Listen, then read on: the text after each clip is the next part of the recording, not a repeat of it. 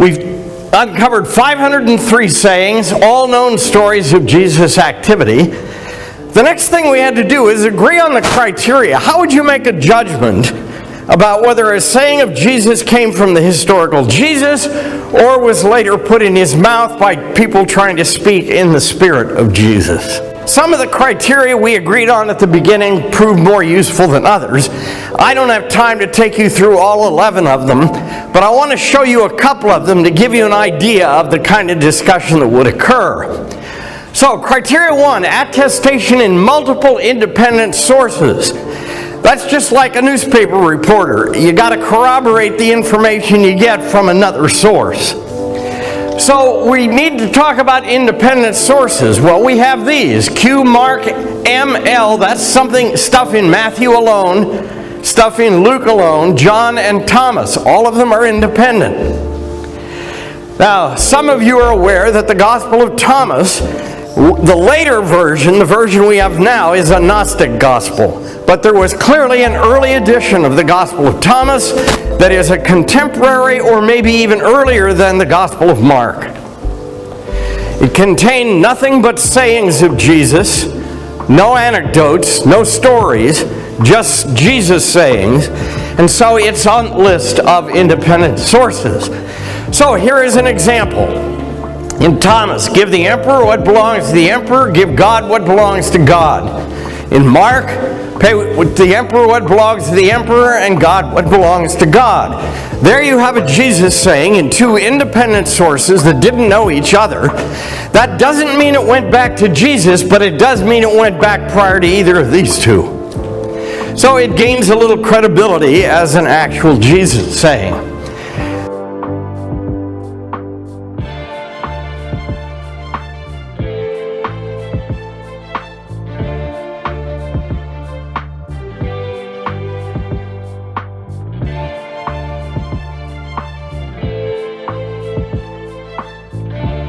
The linguistic criterion one is interesting.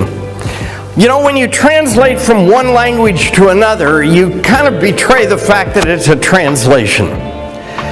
For example, my grandfather's native tongue was German. And when he learned English, his English was kind of Germanized English.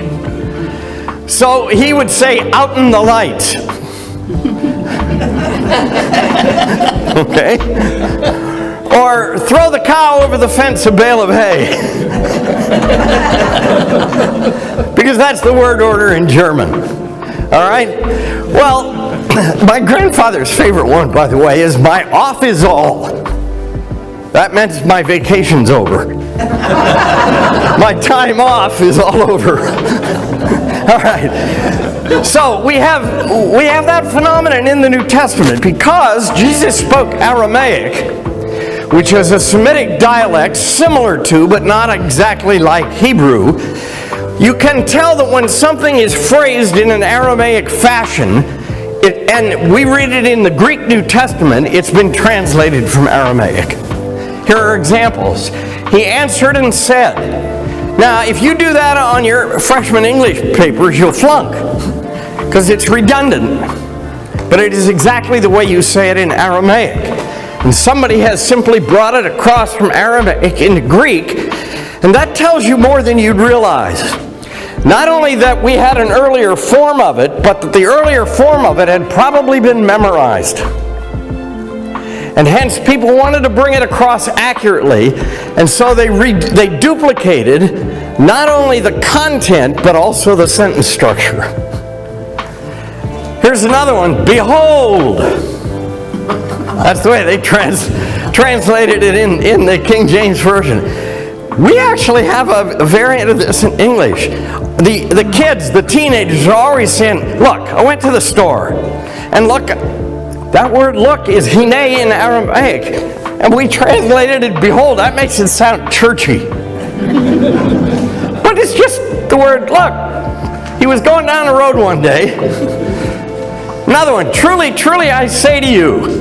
That was translated in the King James Version, verily, verily I say unto you. Now if that's not churchy sounding, what is? All right? It's just an Aramaic way of saying, pay pay attention, you idiot. I'm about to tell you the real scoop. Okay? So, when you look for characteristics and idiosyncratic kinds of things like that,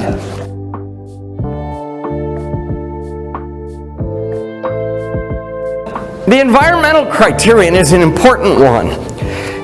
Some things fit the provenance of Jesus. That is, they fit Galilee in the first part of the first century. They don't fit later periods. Or maybe they fit later periods and don't fit earlier. For example, I tell you, you are Peter, and on this rock I will build my church. There is no indication anywhere in any other evidence that Jesus had a church in mind. And so that leads scholars to believe this doesn't fit the period of Jesus' lifetime. It's words put in his mouth by somebody later trying to reflect what they understood to be the thought of Jesus. This is an interesting one. More radical sayings are more likely authentic than ones that have been toned down. So, for example, in Matthew, forgive us our debts as we forgive our debtors. In Luke, that becomes forgive us our sins. That sort of generalize it. It's not as radical as a peasant saying, damn it, I am in debt and I need help. So that's another one of the criterion. Embarrassment is one. The assumption is that people would not purposely cook up confusing things that would be hard to explain. For example, there's a parable in Luke 16 about the so-called dishonest steward. Well, in Luke, there are 4 different punchlines after that thing, and none of the 4 match the parable. Scholars conclude that somebody didn't know what the heck Jesus meant, and they were coming up with try number 1, 2, 3, and 4. That's indication, by the way, that the parable probably does come from Jesus. But the idiots couldn't figure it out. They still put it in because they felt obligated to. And so the probability is, by the way, that does come from Jesus.